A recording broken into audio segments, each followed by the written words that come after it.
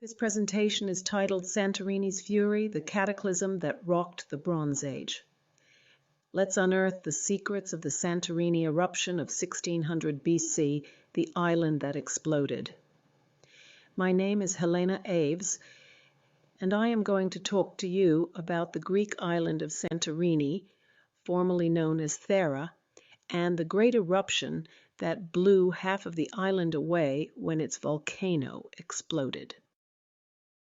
Before we start, let's get some geographical perspective. The island of Santorini can just about be seen on this map of the Aegean Sea. Crete is the much larger island at the bottom of the map. The Minoan civilization flourishing on the island of Crete during the Bronze Age, roughly 2700 to 1450 BCE, represents Europe's first advanced society. Named after the legendary King Minos, this culture was characterized by its sophisticated art, monumental architecture, and extensive maritime trade networks. Emerging from earlier Neolithic settlements, the Minoans developed a complex society that reached its peak during the Middle and Late Bronze Age, around 1900 to 1450 BCE. This period saw the rise of impressive palatial centers at sites like Knossos, Phaistos, Malea, and Zakros. These palaces were not merely royal residences, but served as multifunctional hubs encompassing administrative, economic, religious, and manufacturing activities. Their grandeur is evident in their multi-story construction, elaborate frescoes, and advanced features like internal courtyards, light wells, and sophisticated drainage systems. Before a catastrophic volcanic eruption dramatically reshaped its landscape, the island now known as Santorini was a single, nearly round island called Strongili, translated as the Round One. The Minoan civilization, centered on Crete, had a significant presence on the island of Santorini, known as ancient Thera, long before the devastating volcanic eruption. This presence was primarily driven by Santorini's strategic location and its role as a vital hub within the extensive Minoan trade network. Santorini, particularly the settlement at Akrotiri, was strategically positioned on the primary sailing routes connecting Crete with the Cycladic Islands, mainland Greece, and further afield to Cyprus, Syria, and Egypt. This made it an ideal point for trade and communication across the Aegean Sea. The Minoans were renowned seafarers and traders, and their presence on Santorini facilitated the exchange of goods. Crete, while agriculturally rich, lacked certain vital resources like metals.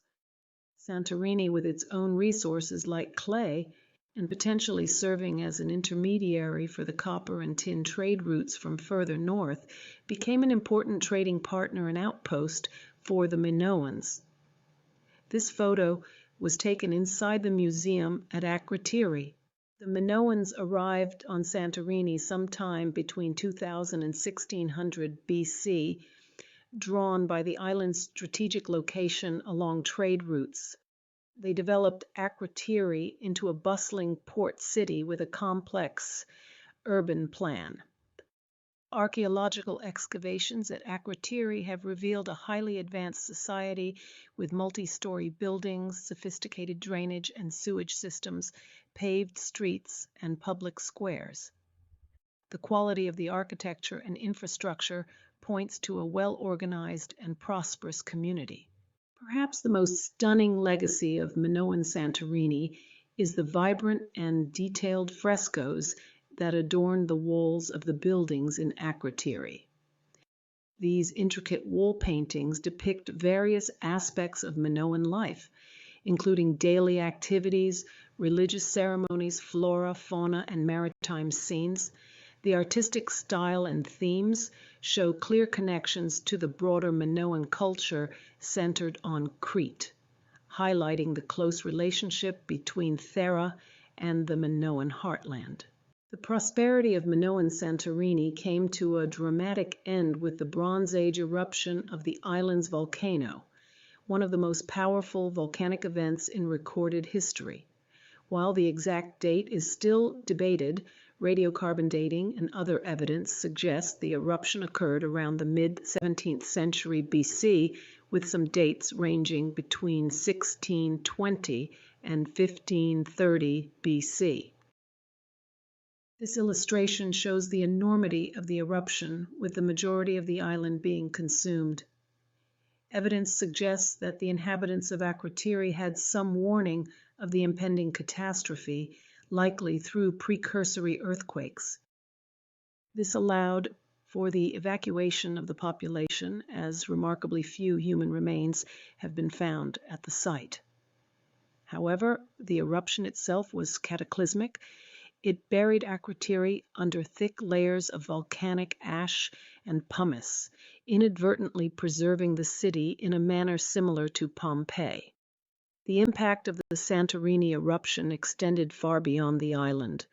The massive release of volcanic material and the subsequent tsunamis had significant consequences for the wider Aegean region. It is believed by many scholars to have severely impacted the Minoan civilization on Crete, potentially contributing to its eventual decline. 4 to 5 months prior to the main eruption, winds carried ash from the fumaroles in a southeast direction. Akrotiri was covered with 2 to 8 inches of ash even before the eruption. This graphic shows the island before and after the eruption. Today, the archaeological site of Akrotiri is a major attraction on Santorini, offering visitors a chance to walk through the remarkably preserved remains of this once thriving Minoan city and marvel at the sophistication of its ancient inhabitants.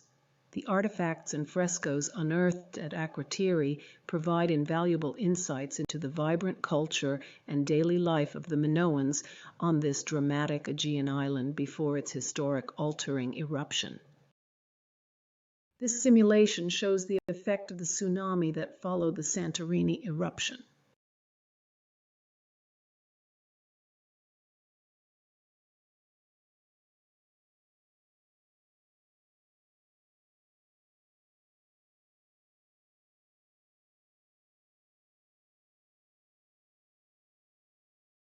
This photo shows you a cross-section of Santorini with upwards of 200 feet of fiery volcanic debris sitting atop the island.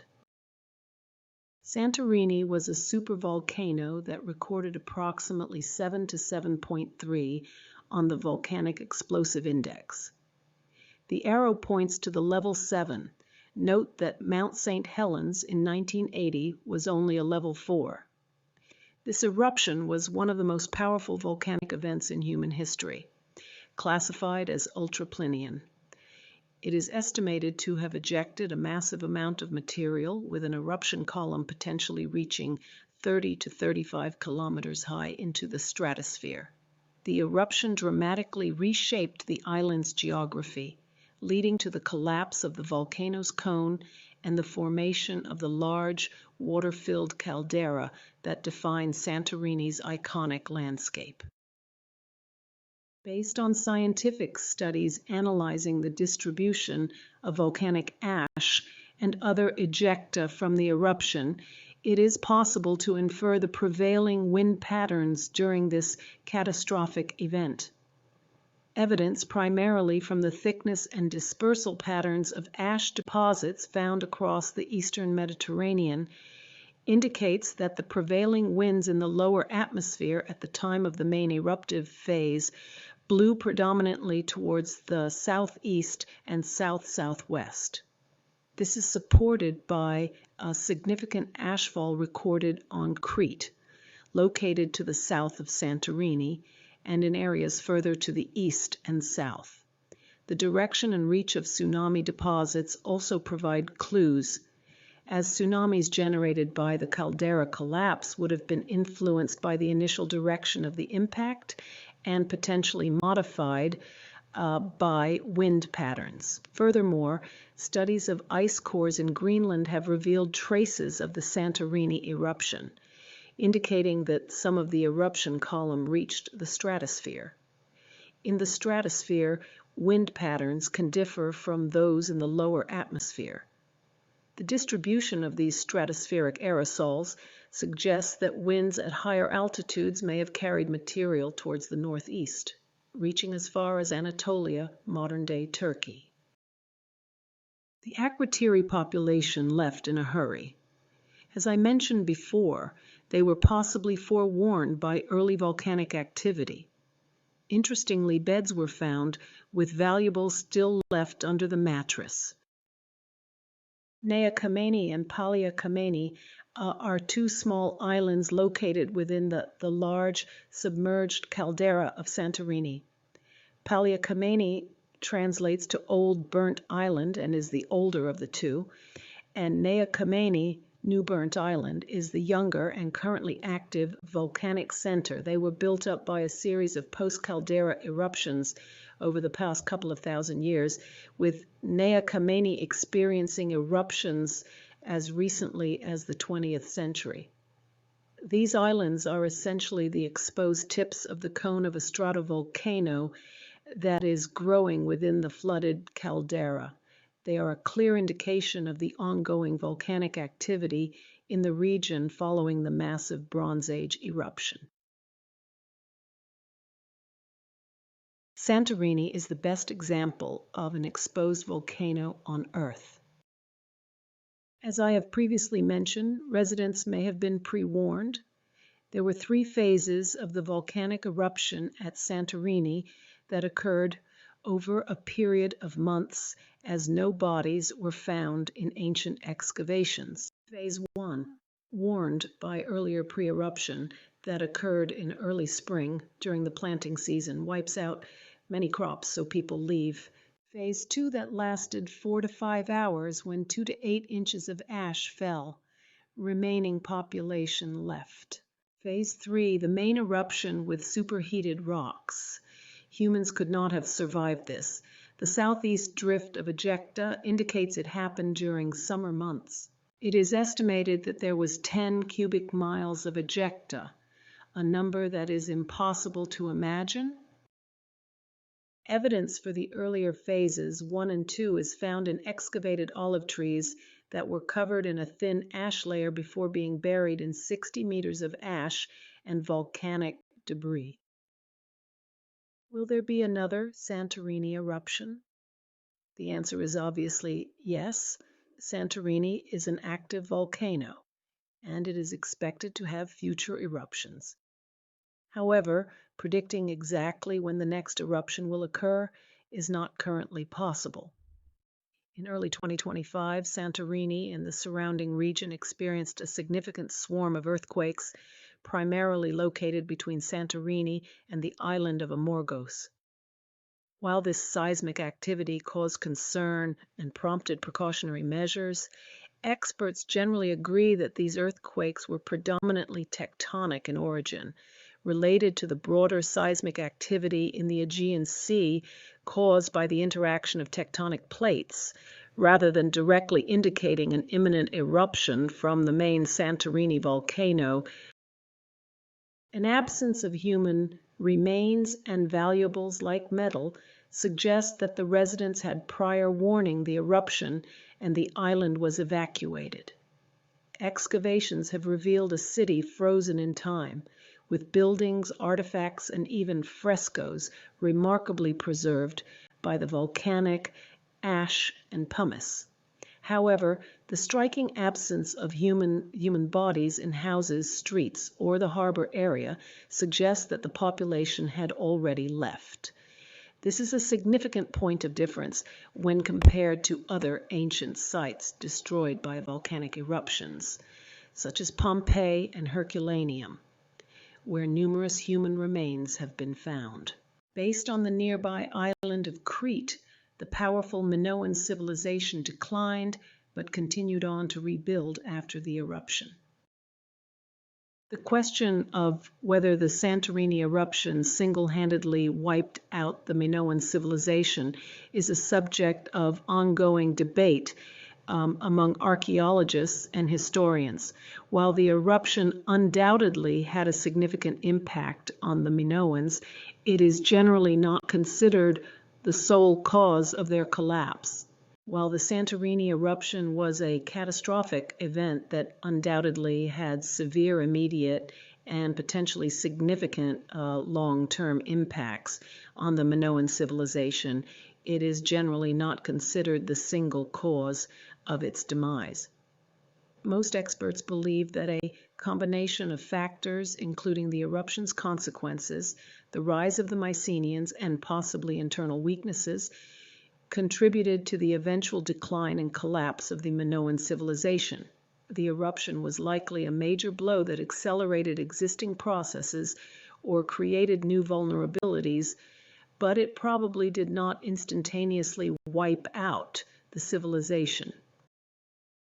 Let's summarize our conversation about the Santorini volcanic explosion. This was a large magnitude eruption that was 10 times more powerful than the Vesuvius eruption in 79 AD and 120 times more powerful than Mount St. Helens in 1980. It was followed by an Aegean regional tsunami with 65-foot waves. The event would have affected Crete and the Minoans as well as the whole Aegean area. The town of Akrotiri was buried in 200 feet of volcanic ash. Northern Crete was hit by a tsunami that destroyed portions of the island. Akrotiri isn't the only ancient site, and it offers unique insights. While Akrotiri is the most well-known archaeological site due to its remarkable preservation, the island also has the ruins of ancient Thera, a city established by Spartans centuries after the Minoan eruption. Akrotiri itself is special not just for its Minoan connections, but also for the incredible preservation of multi-story buildings, frescoes, and even furniture imprints left by the volcanic ash, offering an unparalleled glimpse into Bronze Age daily life that is different from sites like Pompeii. The famous blue domes have a practical origin. While aesthetically pleasing, the practice of whitewashing buildings and painting domes blue was historically a practical measure. The white color reflects the strong Mediterranean sun, helping to keep buildings cool, and the blue was an inexpensive pigment readily available, often made from a mixture of lime and a bluing agent. Santorini's soil is a winemaker's treasure, but water is scarce. The volcanic soil, while seemingly barren, is incredibly fertile and rich in minerals, contributing to the unique taste of Santorini's wines, particularly the Assyrtiko grape. However, the island has no natural freshwater springs. Historically, residents relied on collecting rainwater in cisterns. Today, desalination plants provide fresh water, highlighting the ingenuity required for survival on this volcanic island. The island has a surprising number of churches. It is often said that Santorini has more churches than houses or even residents. While perhaps an exaggeration, there are indeed hundreds of churches and chapels scattered across the island, many of which are privately owned, reflecting a deep-rooted religious tradition. Thank you for watching, and please press the like button below if you enjoyed this presentation. The like button is that little thumbs up symbol. We are planning to add many more presentations covering a wide variety of science, history, and other enriching subjects. So please subscribe to our channel by pressing the subscribe button below. If you have any comments, questions, or suggestions, please feel free to make them, and we will do our best to respond. Again, thanks for watching, and please do subscribe.